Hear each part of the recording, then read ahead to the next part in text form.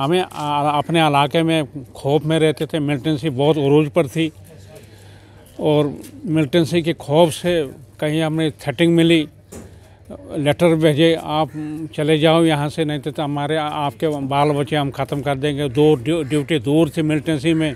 घर वालों को कई दफ़ा अटैक भी हुआ है घर में। मैं किश्तवाड़ रहता हूँ, सरथल,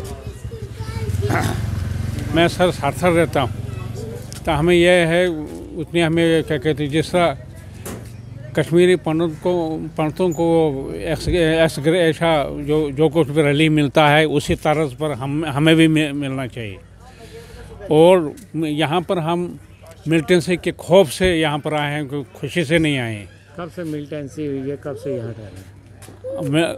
मिलिटेंसी हम 96 से हम इधर आए हैं, जब मिलिटेंसी हमारे इलाके में उरोज पर थी।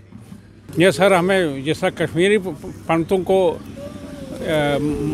माइग्रेशन तस्वर किया है उसी तर्ज पर हमें भी रखें। ये सर माइग्रेशन जो हमारे जम्मू कश्मीर में हुई है, ये कोई जायज़ बात नहीं हुई है। सबसे पहले तो कश्मीरी माइग्रेशन हुई है, उसके साथ साथ ही जो वहाँ से बची खची मिलिटेंसी थी तो वो सीधा उसने हमारे डिस्ट्रिक्ट डोडा में अटैक किया, जो कि हम अननोन थे कि मिलिटेंसी होती क्या है।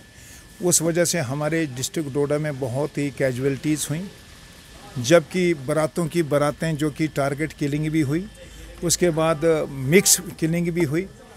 जब ये सारा मिशन हमने देखा कि हमारे लोग दरबदर हुए तो हमारी एक तंजीम बनी, ज़िला डोडा माइग्रेंट वेलफेयर कमेटी, जिसकी फाउंडेशन हमारे दिलीप शर्मा जी ने डाली। तो 1996 में जब ये मिशन शुरू हुआ तो हमने गवर्नमेंट को अप्रोच किया, लेकिन गवर्नमेंट ने उस वक्त भी हमारी कोई सुनी नहीं और हमें एज माइग्रेंट कंसीडर नहीं किया।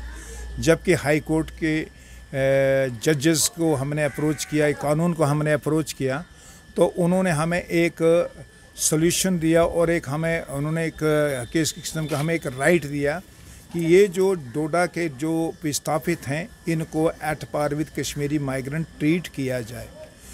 ट्रीट का मतलब ये हुआ कि उसमें हमें थोड़ा पहले राशन मिलना शुरू हुआ, उसके बाद फिर हमने अप्रोच किया, फिर थोड़ा हमारा जो कैश असिस्टेंस था वो मिलना शुरू हो गया।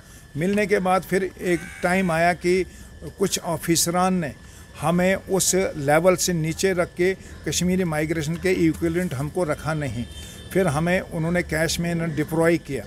लेकिन उसके बाद हमने अप्रोच करने के बाद अब हमारा जो कुछ फैमिलीज़ हैं जिनको माइग्रेशन मिली हुई है, जम्मू डिवीज़न की मैं बात करूं तो 1054 फैमिलीज़ को माइग्रेशन स्टेटस मिला है, जिसमें कि वो ज्यों का त्यों है। जब वो रजिस्ट्रेशन उनकी हुई है उसके बाद इसमें कोई इंक्लूजन नहीं हुआ है, कोई बाइफर्केशन नहीं हुई है, ना इसमें हमारी कोई बहू चढ़ी है। बेटियां ज़रूर डिलीट हुई हैं, या जिसकी डेथ हुई है उसको ज़रूर उन्होंने डिलीट किया, लेकिन बेटियां जो बहुएं हमारी हैं वो उनको इंक्लूड नहीं किया है। हमारा जो पोता पोती है उनको भी इंक्लूड नहीं किया है।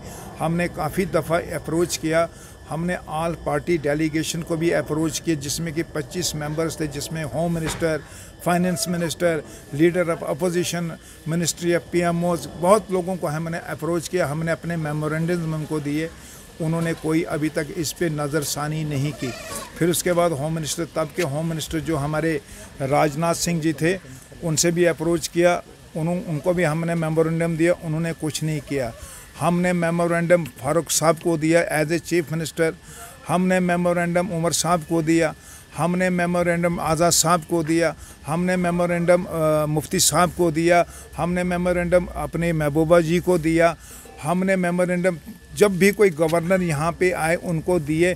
लेकिन आज तक भी किसी मिनिस्टर ने, किसी चीफ मिनिस्टर ने या किसी भी गवर्नर ने या लेफ्टिनेंट गवर्नर जो आज के हैं, हमने इनको कितनी दफ़ा अपने ग्रीवेंसेस सेंड किए, लेकिन अभी तक इन्होंने हमारे बारे में आज तक कोई बात तक नहीं की। कि ये डिमांड हमारी ये है कि जो स्टेटस और माइग्रेंट्स को हमारे जम्मू कश्मीर में मिलता है, जैसे कश्मीरी माइग्रेंट्स को मिलता है, उनको इंक्लूजन है, उनकी बाइफर्केशन है, उनका वन टाइम सेटलमेंट है, उनका one ration card, one job है, और उनके परमानेंट रिहैबिलिटेशन की बात जो है, तो जैसे उनके साथ ट्रीट हो रहा है वैसे हमारे साथ भी होना चाहिए। और इसके बाद जो पेंडिंग केसेस हैं जिनको गवर्नमेंट ने रिलीफ ऑर्गेनाइजेशन के थ्रू 228 फैमिलीज़ को 2017-2018 में 228 फैमिलीज़ को इन्होंने राशन 3-3 महीने का 2 फेज़ में दिया, उसके बाद बंद क्यों किया, जबकि वो यहाँ पे पूरी टीम ने उनको इन्वेस्टिगेट किया, इंक्वायर किया, उनकी वेरिफिकेशन की, उनको दिया, उसके बाद किस कैपेसिटी में इन्होंने बंद किया। देखो जी, समस्या है, हमें तो अभी तक कुछ नहीं मिला। हमारे साथ तो ऐसी ये हालत हुई है हमारी कि इन्होंने इस गवर्नमेंट ने हमें डिवाइड कर दिया है, हमारी एक जंग बना दी है। आधों को मिल रहा है, आधे को मिल ही नहीं रहा है।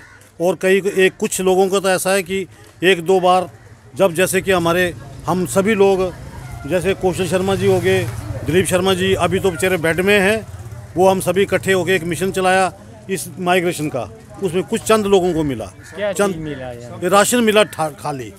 वो 2018 और 19 में, 18 और 17 और 18 में 6-6 3-3 महीने का।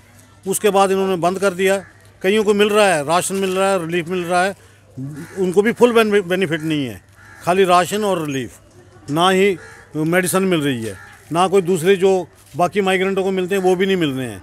तो खैर हम तो यही चाहते हैं कि जैसे इक्वलिटी होनी चाहिए। एक कैंप लगाया, एक कैंप में जो इसलिए हमने माइग्रेंट बैठाए थे कि चलो कोई कैजुअलिटी नहीं हो।